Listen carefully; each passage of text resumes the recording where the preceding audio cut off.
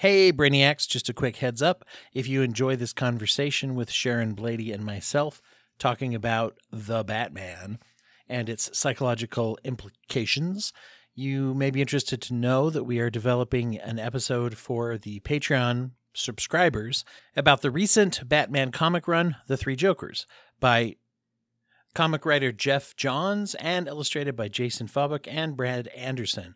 It's a very interesting alternate possible run in the Batman universe.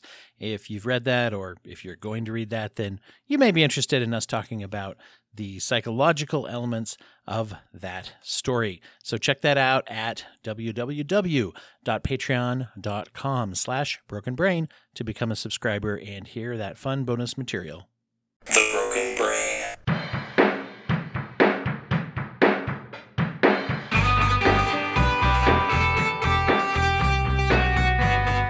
Recording in progress. All right, we are ready for Batman, the Batman, to be precise. Yes, the Batman. Do you remember David Letterman when he had his late night show? He used to do those comedic top 10 lists. That was his recurring feature. Yeah, I remember those. I remember years ago he did one that was the top 10 things that are annoying about being Batman, and I forgot about that. Yeah. The only one I really remember was, and I think it might have been the number one slot, and maybe that's just my memory, but he said, when people call me the Batman, it's just Batman, damn it. And I've always thought that was really funny because, of course, you hear that back and forth, the Batman. Anyway, it's not a first name or a title, it's not like Mr. Batman. Mr. Batman was my father. But I've always clung on to that idea of Batman just being kind of annoyed by that or something for some reason. We talked about this, I think, with No Way Home. One of the things that as they have done more and more and more comic book stories, I feel like they have gotten better in some of these movies of capturing like a sort of intangible emotional aesthetic, if you will. Yeah. This is my term for it, of what the character's vibe is. I'm not sure what else to call it, but just like in No Way Home, I felt like they kind of they got the Peter Parker vibe in a way. Even though Spider-Verse is still probably my favorite Spider-Man movie, but that's more of a Miles movie, right? Yeah, exactly. But so, anyway, the whole point being that I felt like this movie, I went in saying like, well, we'll see. I really like The Dark Knight. Let's see how good they are. And I felt like more than anything else, they captured the emotional personality essence of the story of who the Batman really is. It was. In ways that I couldn't even totally put my finger on while I was watching. I was like, this feels Batman-y. I agree.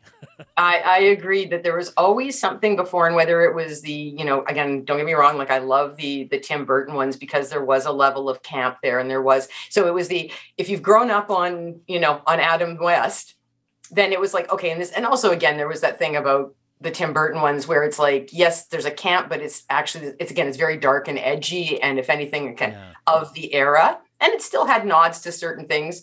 But the first one or two, and then after that, and again, I've loved some of the other ones and, Dark Knight, but it was one of these things where there was always like this, it was a little too dark and not in, I don't know. We talked about this before, like the origin stories where it was almost, it was, everything was done up a notch and then in some respects actually lost the authenticity. So it was almost like there was some kind of a disconnect. Like we get that this has happened and it would lead to something, but there was just something where it wasn't quite, it didn't seem authentic. Whereas when I was watching this, it was like, okay, this makes sense. This makes sense. Yes.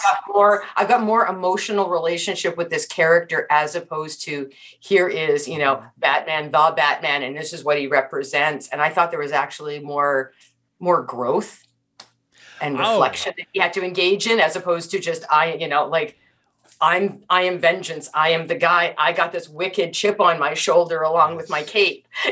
Well, and I think one of the things that we see usually when we present the character of Batman is shown as a fully formed character. And I heard a long time ago, and it's always been in my mind when I think about these kinds of stories with Batman.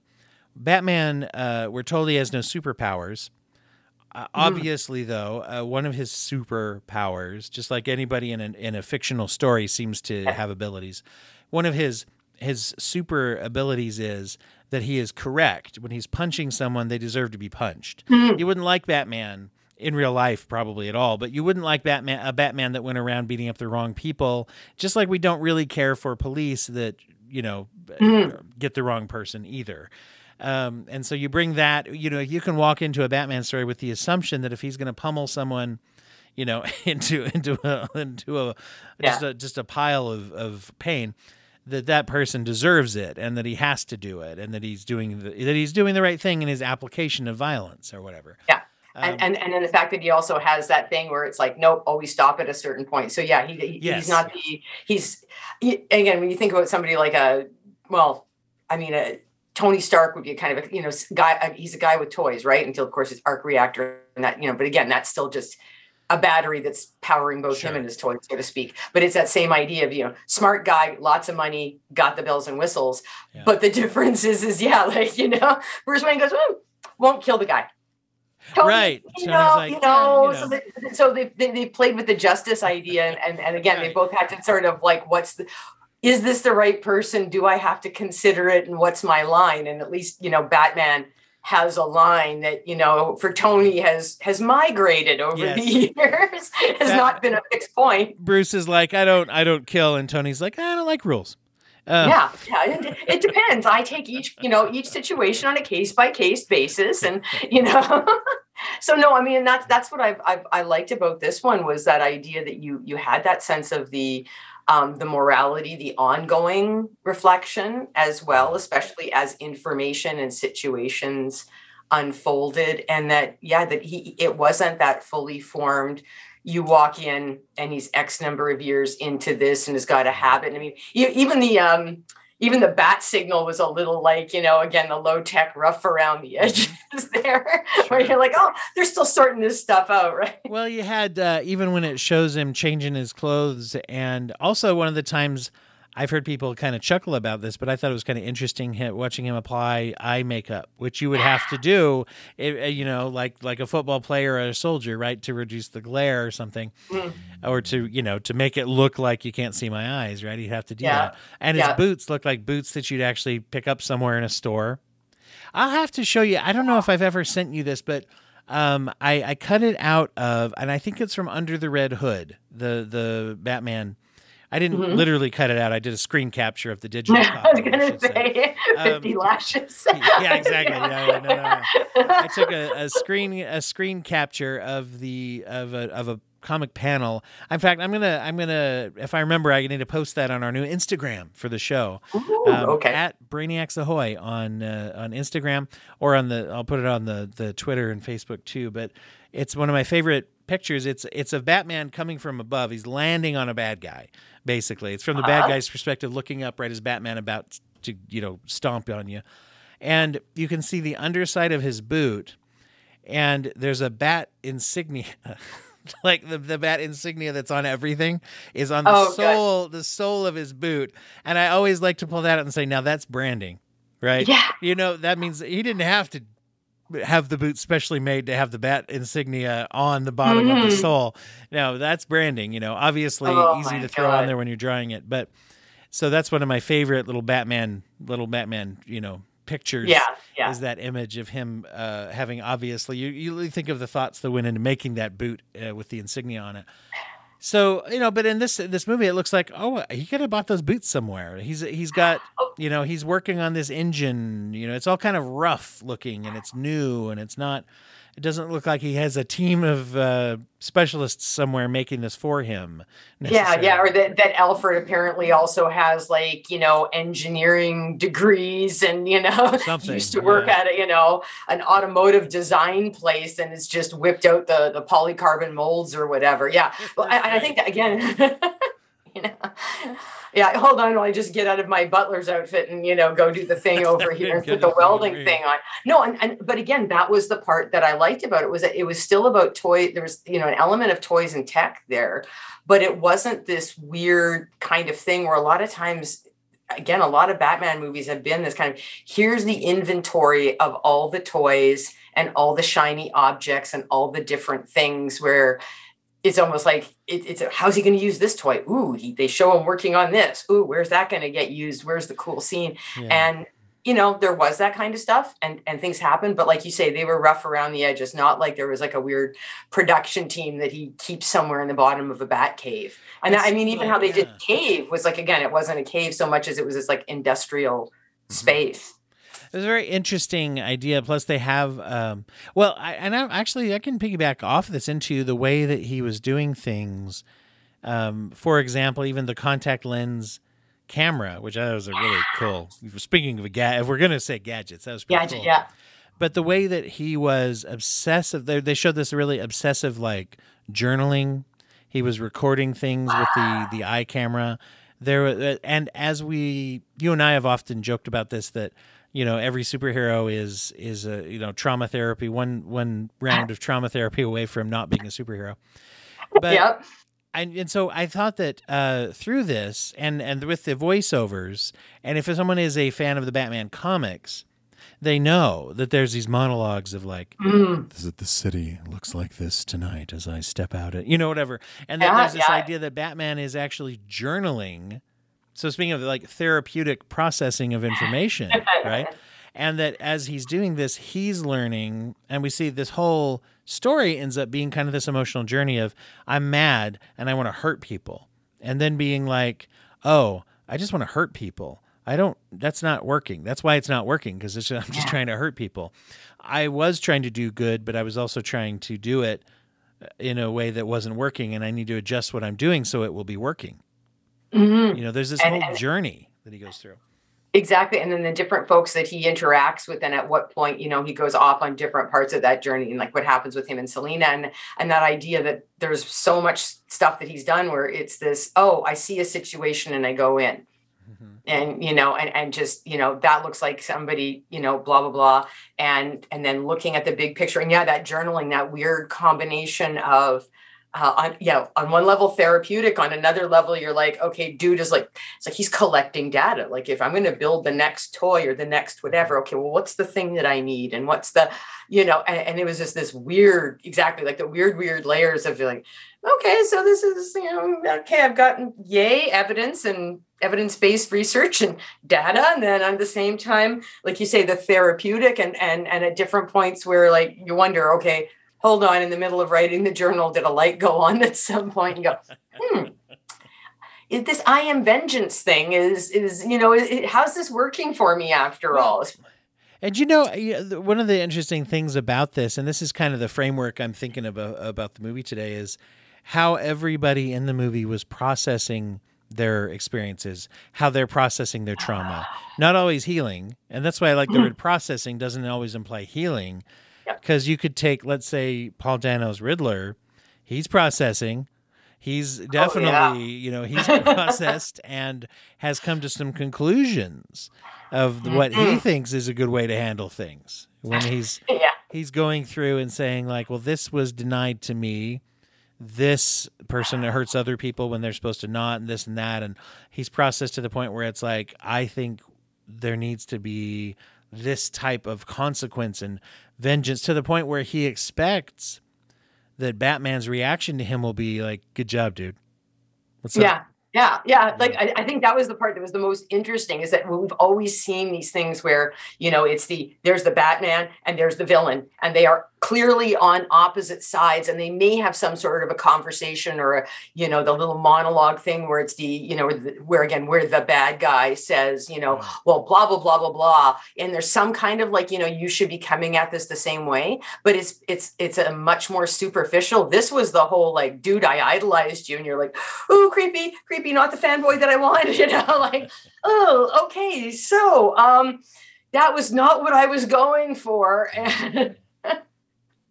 Exactly. And to see where he's tapping into, and this is probably the most sensitive part of this whole thing is right now, and we're a day away from our most recent, like act of violence as well, where you see this in the ending of this movie, The Batman, where he mobilizes a group of people who want to go out and hurt people. and it's a side of violence in society that we don't. We talk a lot about, as appropriately, we talk about the victims of violence, but sometimes we don't spend a lot of time talking about why there are people out there who are 18, 19, 20 years old that are saying the best use of my life at this time is going to be to go and hurt other people, and end my life, right? And not only end my life, but end my life in such a way that I end other people's lives too.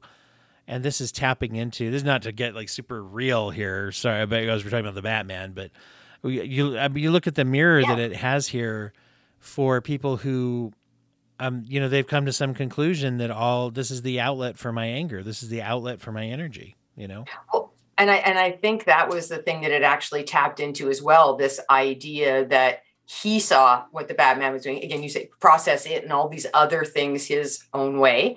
And then started this whole, and it went into that whole idea of online things, subculture. So, I mean, it fits into the stuff that we saw with everything from the January 6th insurrection to the truck convoys we had, here in Canada, where these people go down these, QAnon, whatever, all the various little rabbit holes where their whole life is very, very filtered in terms of, okay, what's the social media bubble that I'm in, and what's the thing that reinforces, and who's somebody that's like-minded. And then just the, it's not even about drinking the Kool-Aid. It's about the, oh my God, here's the big Olympic-sized pool we're all going, or the lake of it we're all going to jump into and just immerse ourselves in it, and what that leads to. And again, like when I think about what just happened in Texas, and the fact that, oh God, a friend of mine in Michigan shared a list, and it on her Facebook feed, and it was all these different schools. And then the part that was interesting was that, like,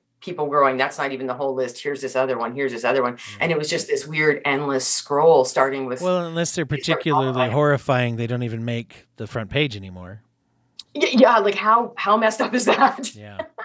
So no, but I think it tapped into that. So, like, not to go off, I think this still fits in, because I think it was a way of comment. Like, again, part of that authenticity of the movie was that it was actually commenting on something that fit into it. And I think that was the other part too, was that so often yes, Batman has a costume and this and that, but a lot of times, and again, anything with superheroes, right? You always get, especially again, back into the comic books, those, the outfits and the masks and whatever, there is an over the top thing. I mean, it is meant to be, it is this, and then we've seen them going into the movies, like, and some folks will even talk about this, where it's like, oh, that doesn't look right. They've scaled back or in the case of female superheroes, oh my God, she's got clothes on. Yes, it's a full bodysuit that covers her from the neck down. What a wacky concept. Mystique obviously aside, but that kind of thing. Geez, but so it was one of those things where like there was something a little bit more realistic, and I would even say it goes into like you say, that those costuming details. And the fact that, your arch villain wasn't somebody in some wacky, again, almost clown-like outfit. And so it was tapping into those things. And I think it was very much of the era where it was, less about slick, and, the tech part was more about people going down social media holes and what that does to their thinking. Absolutely. And that the processing of stuff, I would say, like in real time, in terms of even, I think about what happens with the new mayor and what she tries to do, and how it's everybody's trying to whisk her away as the politician. And it's like, no, I'm going to go do a thing. And it's like, oh, wow, a leader with empathy. And it's going to do, oh, that didn't work out. And she got herself shot. Okay, great. Like, why does nobody have the mayor in Kevlar? Sad but true. But Gotham City, for crying out loud.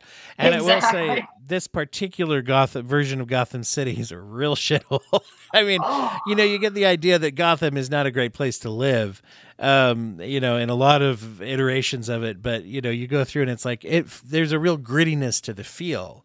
One of the things that is interesting in this that I hadn't seen done before with this type of Batman story is how they show the presence of darkness in all throughout these, a lot of darkness, obviously. But in the beginning, when they shine the bat light up in the sky, the voiceover even, and we see these people who are committing crimes, or they stop what they're doing and they look over in the shadows and they're like,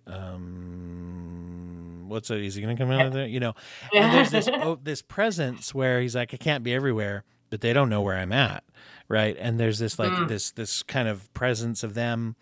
You can see once again they're processing, right? They're like, am I about to get trounced by Batman here? And there's this presence and also this question. Is that he's still new enough on the scene that everybody's like, not real. They're still not really sure. I mean, that question that reverberates and that he gets thrown back at him later, right? Is when some person's like, "Who are you?" Which is still new enough. Once again, not. And if we take this metaphorically to say he's asking himself that question the whole time. Well, who am I really? Am I? And I remember seeing the preview for this and saying vengeance is a weird answer for an established Batman to give, because that's not his whole bag. Not vengeance, not really. But it was in this part until he later on has that kind of thrown back at him when one of the Riddler's guys, fans says, "Oh, I'm here for vengeance," and he's like, "Is that me? Well, am I that?" Oh, look at the mirror that's okay. Not the reflection I want looking back. Right, I really like, and we see a difference in the way that that's reflected. Once again, Riddler, puts that up to Batman as like, "Hey, you and me, we're the same," and he's like, "No, gross, you're not like me." And then he crumbles, freaks out. It doesn't he resists. Batman's the one who's wrong. Now, when he hears that from the voice of the I don't want to call him a goon. He's one of the internet fans or whatever of the would-be killers that's there. And he says he's vengeance. The very next thing that happens is that he changes course. That's when he jumps and dives and saves. And in the, end of this, he ends up being about the last thing we see Batman doing is rescuing people. Non-violently rescuing people. So there's a choice there when I am confronted. If my process takes me to a point where I look in the mirror and I don't really like everything I'm seeing, do I change course or do I double down? Right? Exactly. That idea that you can, again, the idea of intention and impact, which we've talked about before, and what he was intending to do was one thing, and what he thought his impact was, and then these things come up and he's, okay, that's not what I thought I was doing. That was not where I was trying to get to. Ended up there instead. Okay, hold on. How do I switch gears? And you see those little, and I think it's marked in some of the little foibles, like the time where his thing gets caught and he goes like whacking into the, the bridge and all these other different things. Where you get those little oopsie moments where you're like, okay, dude's still sorting this stuff out. And then it leads to the bigger aha moment of this isn't just about refining my technique or my timing on a jump. This is this is more than just hold on, I'm tweak a knob here and it'll be fine the next go round. Yes, this is actually and the real consequences of this is affecting people's lives. And I think that actually one of the things I didn't notice the first time I saw it, when I was rewatching it the second time, is when I caught when he has that flight suit that you're talking about where he flies. Yeah, the little squirrel suit. That it doesn't go well. I mean, that it works, he escapes, but he crashes, and But right before he leaps off the building, he kind of looks a little scared, actually. Like, I've never done this before. You can see this like hesitation. And I'm like, I've never seen Batman scared of jumping off a building before.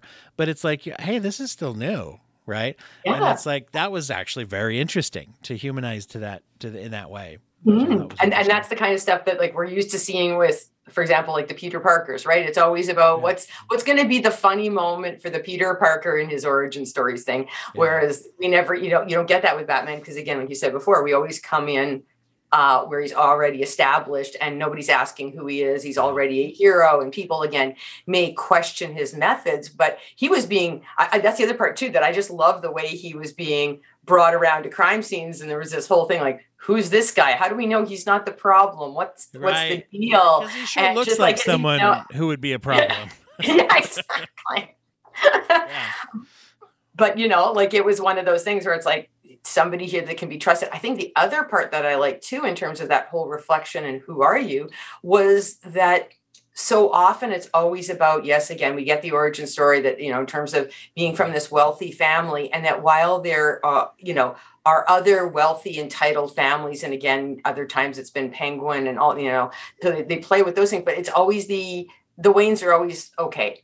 And that maybe people will allege that there was something, your family was no different than any other, always, wealthy family. Whereas this one was like, you saw like the other side of it. And it's like, okay, yeah, you can be mourning the loss of your parents, which again, thankfully they didn't dwell on, but it was actually more about the backstory of his father than his father's passing. And you're like, oh, okay. So, very fascinating to see. To see like the idea that a family that is that powerful and that wealthy is also going to have some corruption. That it's that easy to say, can you take care of this for me? Okay, guy's dead. Oh, wait a minute. Oh, geez. Oh, geez. Or whatever. Not to oversimplify that. That's a terrible, like that terrible weight of that power and how it was misused and how there really wasn't, even if Alfred's reframe is the truth. And the other thing is, I don't know that it was, who knows for sure, right? At that point, we're kind of going like, well, I hope. Alfred was his friend and slash butler. So, did he really want the guy to get killed? Did he not? But the Waynes are always painted as these really saintly kind of people in the movies. Yeah. In the comics, they've toyed around with different kinds of things, scenarios. In fact, one of my favorite is there's a whole alternate timeline in one of the comic lines where Thomas Wayne is Batman. And where Martha Wayne is the Joker. I'd forgotten about that. Yeah, but you so see, there's that dynamic. There's so much more that you can play with, and that they seem to stay in this rather narrow range. And so to see that be experimented with, that ties in a little bit with something I thought was very interesting in the depiction.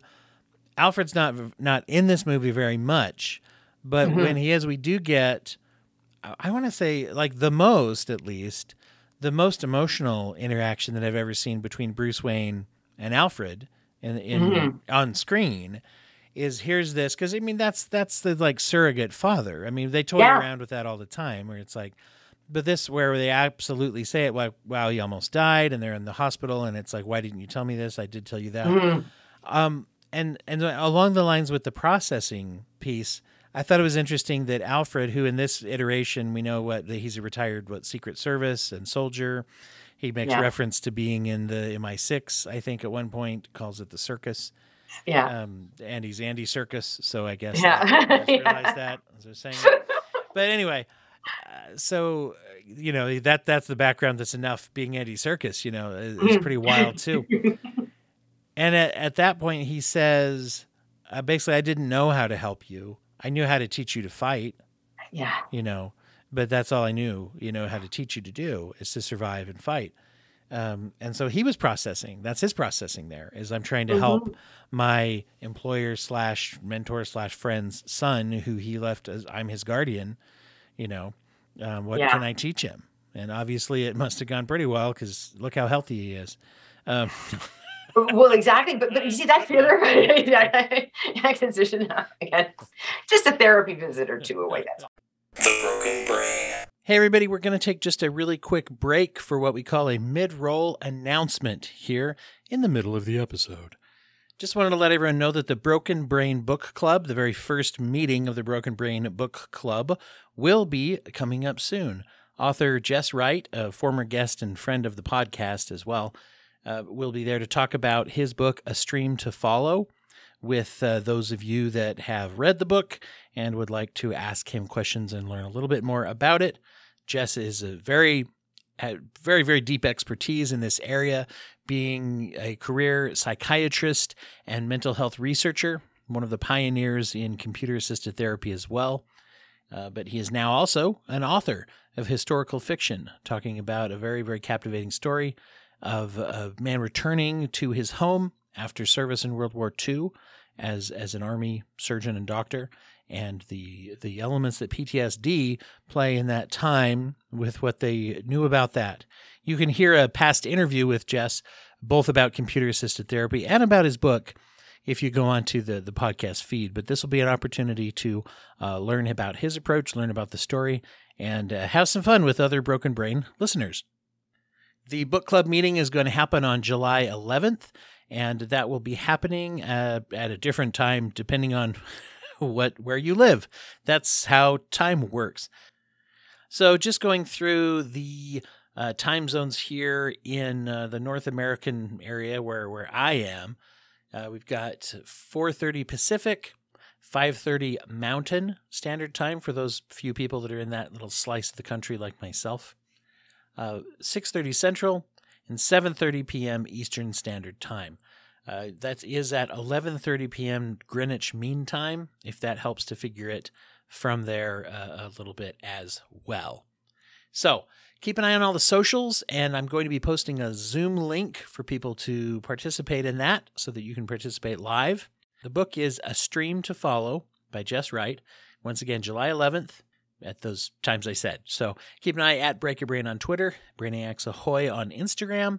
Listen here as well, or check out the Facebook group at facebook.com/breakabrain to learn more and to get your link to join the book club. Now, back to our regularly scheduled Bat Time and Bat program. The Broken Brain.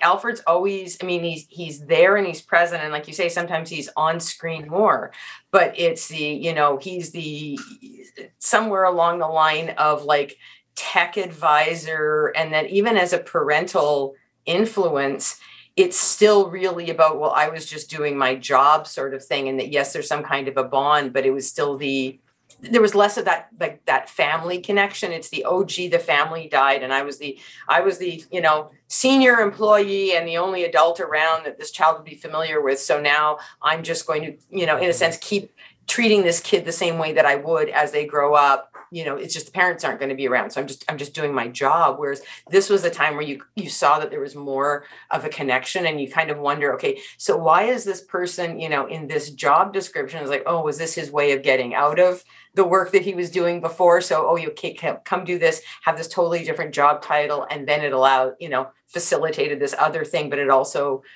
created a dynamic where if you're leaving your child, under this person's charge, when this happens, okay, it's somebody you trust. It's not random butler guy. It's the am I 5, am I 6 butler guy, Right. It's a very different. Again, may not have parenting skills, and it's the, I can teach them 5 different martial arts and 8 different ways of killing somebody without breaking a sweat.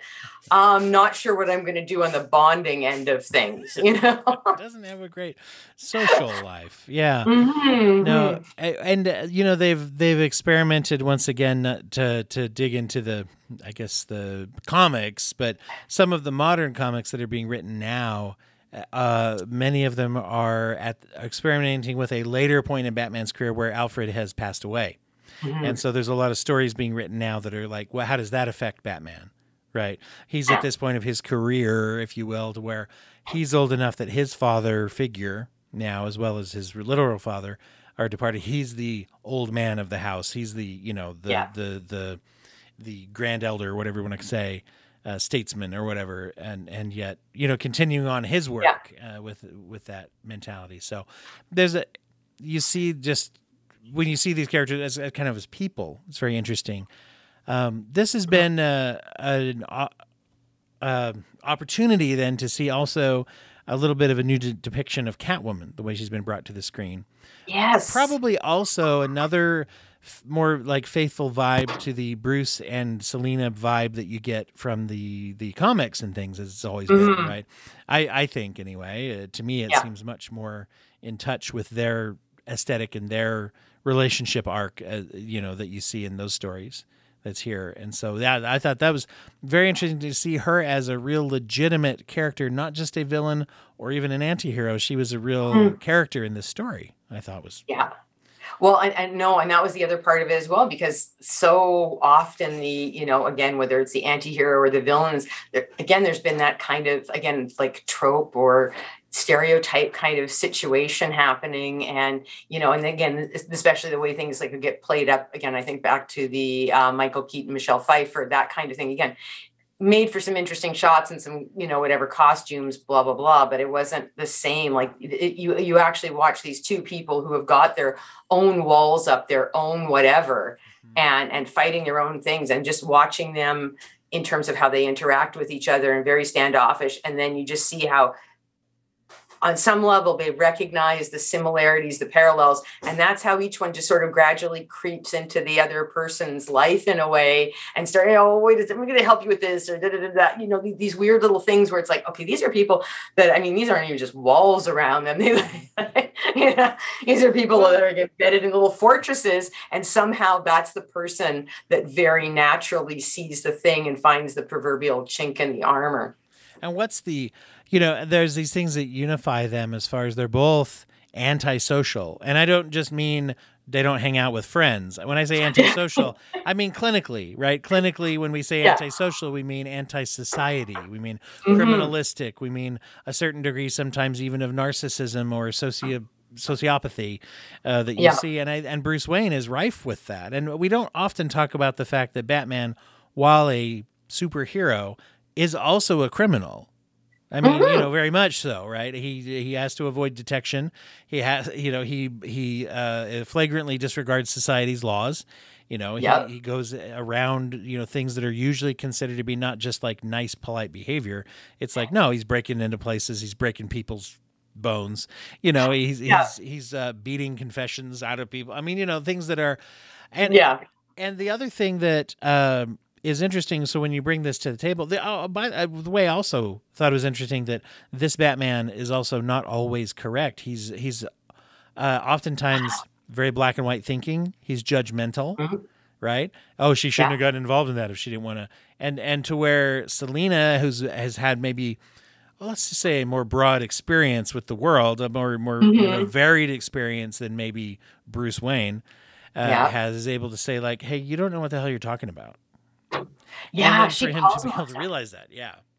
Well, and especially when you think about it, you learn about their backgrounds, in terms of dysfunctional family, and things related to what happened with their family. And I think the difference was with her is that she knew exactly what the problem was and how she was being treated, and what the all the crap and the baggage was, because she was living in it and around it, and it shaped how she turned out and where she was. Whereas he had been in that privileged, protective bubble where it's not like his family was any more, functional or any more like on the right side of the equation. They just had money to protect themselves and protect or to protect him. And so exactly, he had those kind of privileged and very judgmental perspectives, whereas he was just like, hey, sorry, great that you got the black eye makeup on and you're getting yourself dirty and your boots are a little rough around the edges, but that is not the same as what I've dealt with on the regular. And so it's cute that you think that fun. She's able to call him out, right? On like, you grew up rich, right? Just like you said. The fact that she recognizes that very specific thing about him, you can see where that's a little rattling, like, wait a minute.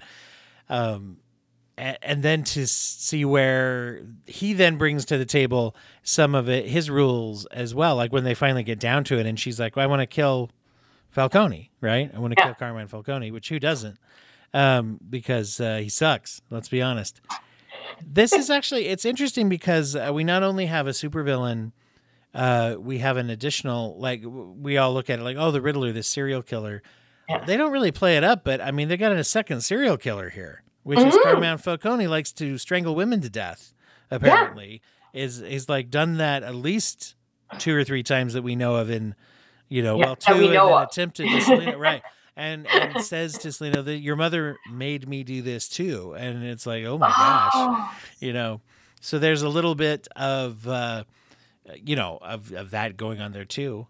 Well, and I think that's the other part too, is that so often and again, I think back to the earlier ones, and again, how they would, so often, so many of the movies distilled, again, that idea of hurt people into something that was a little bit, I guess you say, overly simplistic in some respects. And I think that's whereas this one got a little bit more into the stuff, and you see why somebody turned out that way. And you see why the dynamic that happened, in her life, and why she would end up that way. And it's like, oh, wait a second. This guy is like, he's the narcissist. He's this, he's that. So there was a much more full psychological profile of so many of the different characters. And it's like, okay, so where are they on the scale of, good/light versus dark/black. And you're like, oh, wait a second. Again, the proverbial all the shades of gray, and somebody's dancing in and out of this shade. And like I said, to me, it was much more, I think that's what actually lended itself to that grit. Whereas I think sometimes a lot of the grit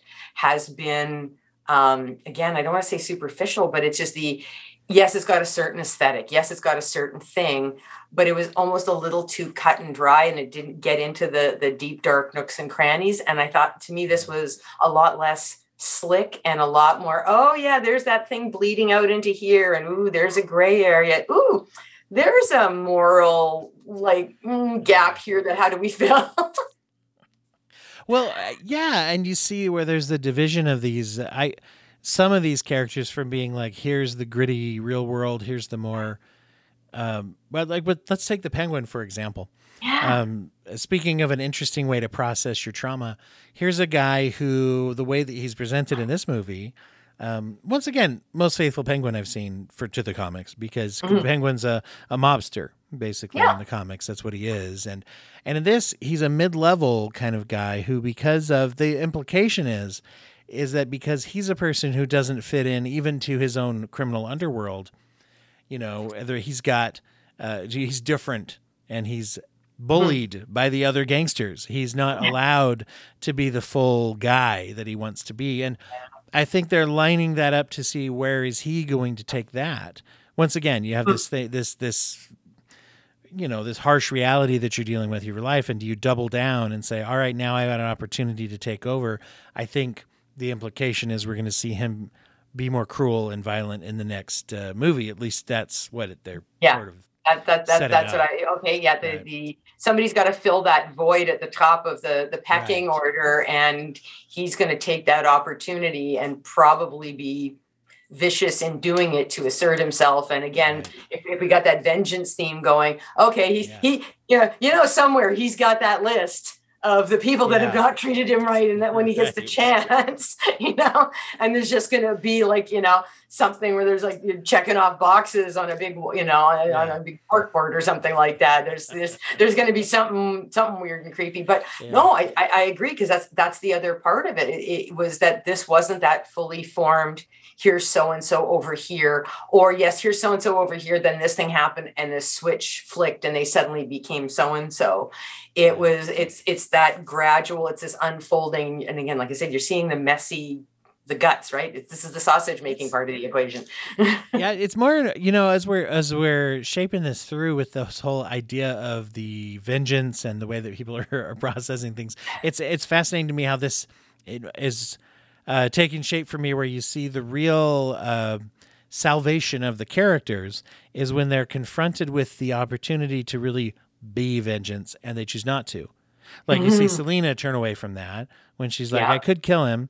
Bruce doesn't want her to. He's not going to let her if he can, but she could do it. But she doesn't.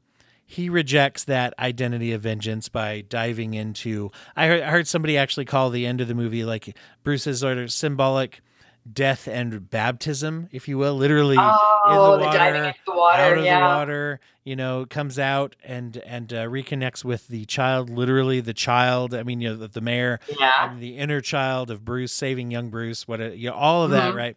So there's a rejection of vengeance at that point.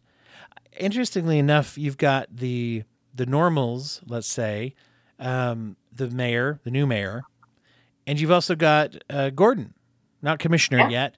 But I always say, when you're watching an early Batman story and anybody else has the title commissioner in front of their name, that person's going to be dead in minutes. They're not going to live very long. If it's like, I'm you don't want to be the actor getting that script. Oh, I'm Commissioner Jones. Okay, I guess I'm not making it to the end of the movie. I don't need to really learn your name there. All I needed to know was your last name isn't Gordon. Well, we'll be seeing you around not very long. You'll be done after the second week of shooting. Don't get too comfortable in your trailer. Let's just call you Commissioner Dead Man's Boots, because your job. You're gonna have there's gonna be a battlefield promotion coming along here somewhere along the line. of Jim Gordon. And one of my, I still, man, you gotta love Gary Oldham. Oldham's is just like perfect. But man, Jeffrey Wright, is that who he is in the book? Yeah. Yeah. The who also plays Batman, by the way. On there's a podcast that DC put out recently called Batman the something. Anyway, they've done a limited podcast they put where he was the voice of Batman. So voice actor. He's now been awesome. Batman. He's been the Watcher, and now he's Jim Gordon as well. So there you go. That's cool. We'll see where he pops up next. No, and he did a brilliant job as well. But again, awesome. Like you say, it was that thing where it's like, oh, okay, he doesn't have that job yet. Okay, what's Of course, right? He's pre-Commissioner Gordon. That's what they should call him. But he's one who doesn't oddly enough, doesn't really reject vengeance reactively, but he rejects it proactively. His whole thing, like he's already the good man, so to speak, the good cop, the good person who's just like the mayor. She's already saying, I want to aspire to a position of power to do good, not to reenact cruelty or corruption back on those that have reacted to us. I want it to do good. Just like he wants the power, and he wants I say power, he's not chasing powers, but he's chasing the ability, I guess I should say. The ability, and I think that's the other part, like you mentioned, the power, and even where he's bringing Batman in and how he gets treated, because there's so much corruption embedded in the police system as it is. He's just trying to, he's not laying low and blending in, but he's also, picking his hills to die on, or where he's going to do a thing and how he's going to do it, so that, he doesn't get in, he doesn't get himself totally isolated out and marginalized where he can't do anything. And I mean, even how they manage that whole, oh, wait a second, they're all going to pick on, we're going to deal with Batman. It's like, I got to talk to him kind of thing. And then they basically stage it. But it was just that, like that whole little conversation and that whole situation. I mean, that was, okay, I've been around this enough. I know what you might want to do. But this is how we have to play this, because I know the lay of the land. So it's that weird betwixt and between insider, outsider. I'm inside enough and doing enough things to maintain the trust to get some of the dirt. But I'm not cooperating with it. And being it's very interesting where he's crossing a line to say, and you're right, it doesn't win you any career points as a young detective in a police agency to make friends with a costumed vigilante in the city, I'm sure, especially then to do a thinly veiled, like helping him escape. I'm sure, it's a building full of detectives. Somebody had to see through that, and say, okay, but he's someone who is preserving justice and all those things. And at some point, wonderful to know how, if you have to think about like where in the backstory of this particular Batman universe did he say, yeah, right. Somewhere along the line, that policeman had to say, okay, I'm going to, all right, we're partners now. Really? Wow. Okay. Yeah. I'm sure Bruce had to be like, really? Wow. Okay. Yeah. Like that's just yes, like, how did those two meet? This was not like, hey, something on Facebook and, let's meet at Starbucks at 2:00. Yeah. Because we're literally like 2 years into this relationship of like, enough to trust now, but how did that get started? That was a weird Facebook friend request. So to see them now at this point though, where he's like breaking some rules, but yet he's still being that good, solid, I'm the public servant who's here. And, so for him, there's never really necessarily a question of vengeance. It's a question of, though, putting himself at risk to be working against the things that are hurting the city, that are hurting people. Yeah. It's very interesting. Well, and that's what I thought was really interesting too, in terms of that dynamic, because it's that insight and it's that turning point, and that as much as he's taking Batman on, and they're partnering or whatever, there's a bit of a mentorship and seeing the other side of it. And okay, so I'm exposing you to all this information and all these other different things, and I'm giving you a chance. But he's also, again, in doing that, that's where you see some of those lights go on, for Bruce and as Batman, where it's okay, this is a thing. Whereas maybe, had he just been off to the side and maybe, or the only dynamic was, let's just shine the light and you go kick some butt because, the police are too busy, or for all we know that those folks are involved with the cops, so they're not going to go do a thing. And instead it was his interaction with Gordon that actually is part of that growth journey, where it's like, oh, okay, wait a second. Maybe it's not all about the vengeance thing. No, exactly. And one of the things that I have always disliked, one of my pet peeves when it comes to people talking about Batman, is the criticism when they say, well, why doesn't Bruce Wayne just donate money?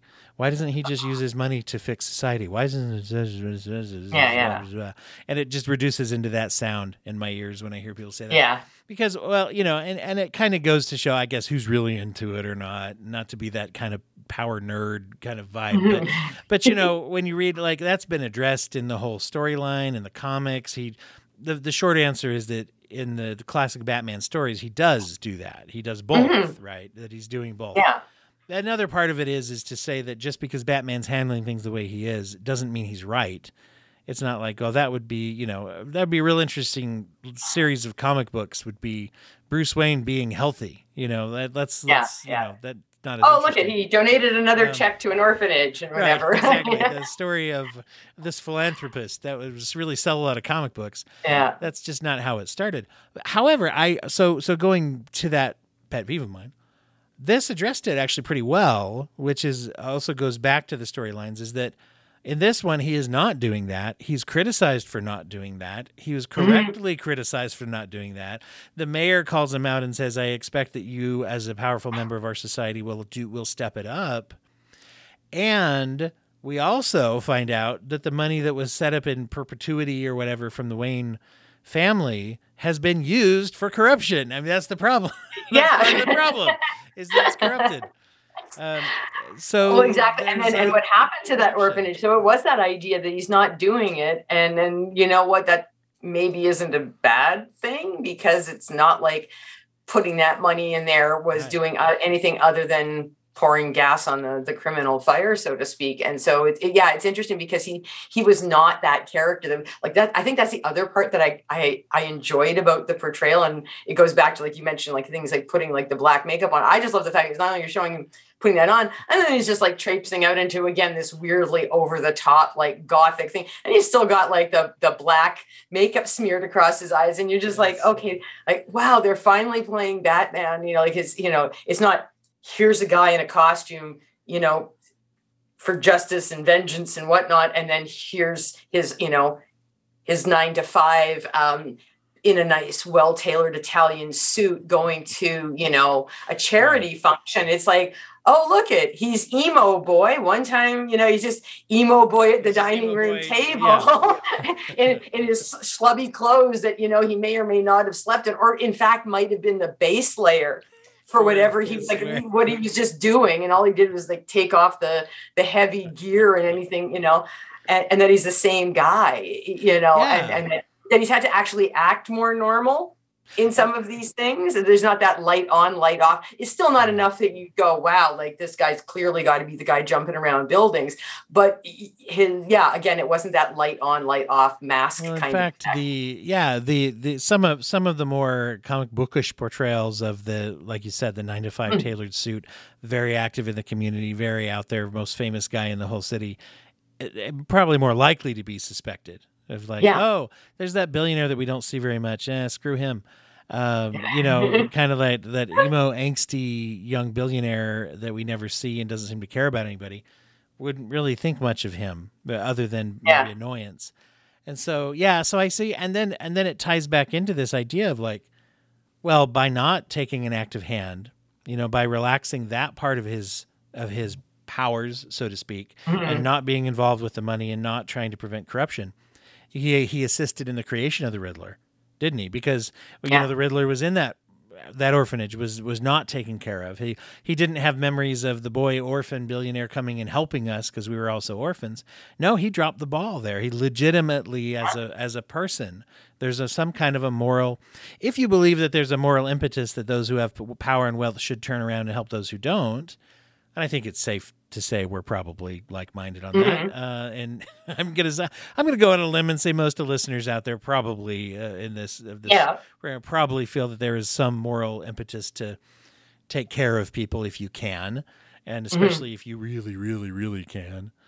Um, to look at that and say he didn't. He was derelict in that duty that was inherently given to him, but through no effort or earnings of his own, right? To just be inherited billions and didn't use them to do good, and so therefore we got a supervillain serial killer, and he's Yeah. got a culpability there that he has to then live with, right? And say, Well, okay, I can go out there and beat the shit out of people, but gosh, I probably ought to buy some people some meals too. So it does addresses that. Exactly. Well, and the idea too is that they're both around the same age. So this is not like, again, like it's not like he's been Batman for X number of years and then this kid comes. It's like these are two people that, and it got into the whole thing. It's like, yeah, technically we're both orphans of roughly the same age, only this is how we grew up differently. And on one level, you could say, okay, well, he was a kid and he didn't know better. And you're like, well, okay, again, but he had all these other people around him running different things, doing different whatever. How hard would it have been to ensure that, what, yeah, I'm an orphan, but I'm also a multimillionaire orphan. So how would I help? Right. But he was allowed to sort of be in that place where he was so fixated on his own grief. He didn't realize that he was, yeah, you're an orphan, but you're an orphan in an ivory tower. And you've got, not saying you have to give up all of your bajillions of dollars and be penniless yourself, but at the same time, he was just sort of allowed to kind of stew in his own juices and really not have to consider the implications of anything. And that I would even, I even wonder, especially considering it sounds like he really didn't know a lot about, what exactly Dad was doing in terms of, there's like, here's the ledger and the books and the public face that we see. And then there's this other stuff that was happening under the table. So it's not like on the dining room table, if you count surgery for gangsters.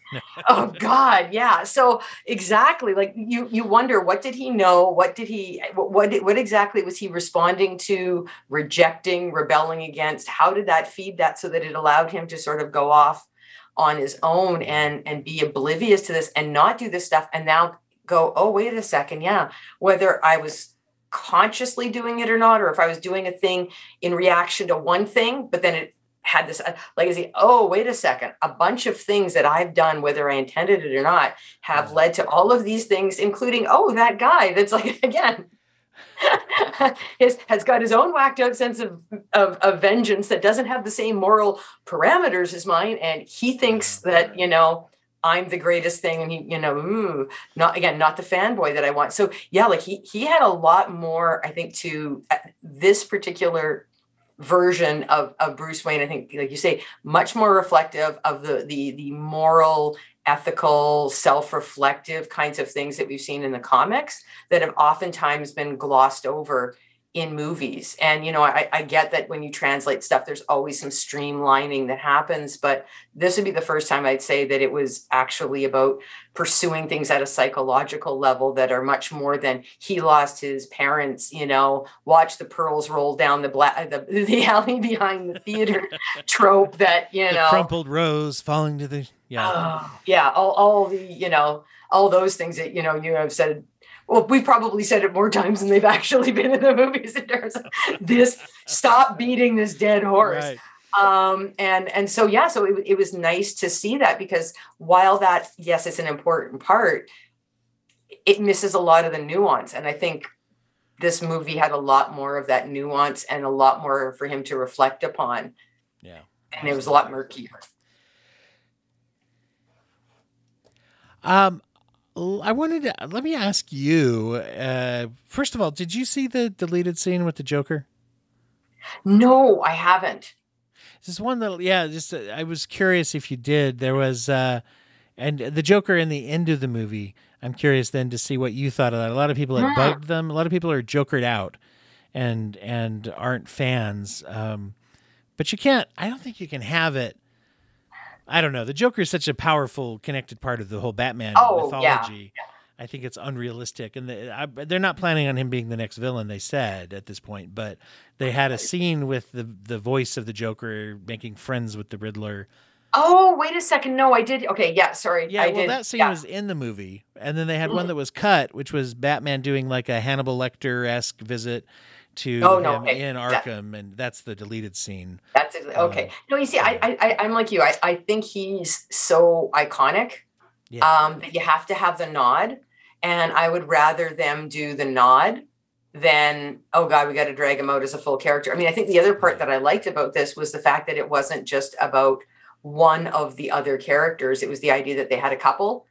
And Yes, again, they're at different stages. So you got your Penguin, you got your Catwoman, you got these different things. You got, Riddler. Like, so you had multiple characters. So it wasn't all about, Batman versus one person, but without it getting too weird and messy, or getting something, especially like I said, when we got into the situation with the ones related to, that started off with Tim Burton and then just the franchise went off yes. down some weird campy little hole, where it was like, who in Hollywood can we put in a weird costume and with Batman, and yeah, it's a thing. It was like it managed that well, and yeah, to me, you can't not have him, and I think you'd have more of a risk. But did he have to be front and center? No, and I'm grateful that he wasn't. Yeah. Yeah, I think it's good to test the other things, but I also liked how it was a little bit of a nod to not just the Joker, but the old Rogues Gallery, and the idea that, hey, these guys are kind of like weird, gross buddies, and that they're all over here going, wee, that there's a little bit of that chittering evil laughter. Also liked how they snuck that in, whether it was purposeful or just Colin Farrell's choice. He had that weird. I feel like you've got the gangsters in Batman who are they're being gangsters, and then you've got like the weirdly psychotic villains. And so when during the big famous car chase, when the Penguin is trying to escape from him and he's watching Batman do these increasingly scary things and getting closer to getting him, he's laughing at it at the same time. There's a weird little break of him being like, oh, this is bad. Yeah. And so that's a little nudge of him being both a gangster, but then also leaning into the crazy supervillain just a little bit. So Yeah. I kind of liked how they tied that in personally. Yeah, Well, no. as we're doing this, and as always, let's toss out some info to people about how they can get involved in what's going on with you. Okay, well, the Speak Up website, so www.speak-up.co, and that's where the Bulletproof to Sigma and the Embrace Your Superpowers programs are located, and other information with the work I do. But it's always about reframing stuff through pop culture, and the two areas that I sort of live in the most are superheroes and K-pop. And it's the idea of finding healing things and finding metaphors. And this is what I love about this. And we've talked about so much Marvel stuff, and it's been nice to actually go into a character like Batman and talk about, oh, this isn't just about hurt people. We're seeing some growth. Yeah. It's painful and it's awkward, but at least he's growing, and there's some redemption there. We're seeing a redemption arc. Yay. So yeah, that, and then on that webpage is where the social media is, and love doing these with you and being able to tap into that, because I think one of the things for me from a mental health and well-being perspective is finding those things that we're passionate about and finding metaphors for, again, evidence-based things, but that resonate with people, and finding ways to connect, because tools and perspectives and insight are only useful if we can engage with them and relate to them. And I love the fact that for you and I, it's nerddom and superheroes. Yes, exactly. We can help some other folks on their healing journey, because they're like, oh, I related to that character and you said a thing. Okay, hold on. When people I know that you obviously do large scale trainings for organizations. Who's a person who should be logging into your site, other than obviously everybody? But I just mean people that are like, oh, let me go over to the site and get what I need. Do I run it if I don't have an organization where I need training? What are people going to find when they log on? Well, you can do everything from individual stuff, and again, so for individuals, families, that kind of thing. But as far as organizations go, I do everything from consulting with organizations that are even curious about are there HR policies and benefits packages doing what they're supposed to do to support people in terms of mental health and neurodivergence, from benefits all the way up to, you know what, I can offer you training. We can do everything from on-site to webinars to different kinds of course things, to have them rethink what they're looking for, and are they doing what they think they're doing? Because like we talk with so many of the superheroes, right? There's your intention, and then here's your impact. And you have those moments of, oh, I was doing a thing and I thought I was doing X, and it all looks really great on paper. And then you find out, ooh, wait a second, maybe that thing there is actually more gas on the fire. So it's stuff like that. It's running workshops. And I've done some things recently, especially with COVID, working with some organizations that do frontline work and supporting their teams. And so these are folks that actually support folks going through challenges, doing frontline casework and this kind of stuff. And this was a reframe for them and some support for them, because again, too often those of us who look after others, we start pouring from an emptier cup. And so if you're in HR, if you want to see some organizational change, if you just want to have a mental health and well-being presentation, and something that includes, neurodivergence, that's not your standard. I don't tell people to find more time in their day for like yoga, eating vegetables, and going for a walk. Not that those things are bad, but sometimes you just get that high level, oh God, it's the same presentation as last year, and I'm juggling these other 5 things, and I would love to find the extra 15 minutes in my day for the yoga that you keep talking about. So it's that idea of rethinking stuff, and again, doing it from a grounded nerd perspective, and using things like superheroes and pop culture, because I don't expect anybody to be as far down the comic book hole as you and I. But at the same time, if they want to, exactly. Give us a call. It would be a fun club. But it's a case of, if you're just open to looking at things a new way, because I'm just, so that's what it is anybody that's looking for something new. And again, I would even say, especially the C-suite folks, you got to stop just bringing in the program for everybody from a certain level down. You got to get in at the top. And that's the other thing that I do, is coach executives, especially those that are, again, open to this sort of nerdy perspective, but also if they're bringing in a program into their workspace, coaching them so that they can lead by example. Yes. Okay. So yeah, excellent. All the stuff. Great resources. I'll nerd all the time. Thank you. Thank you for sharing that. And as always, thank you everybody for listening, but thank you mostly, for giving us a chance to talk about this. Yeah. Thanks so much.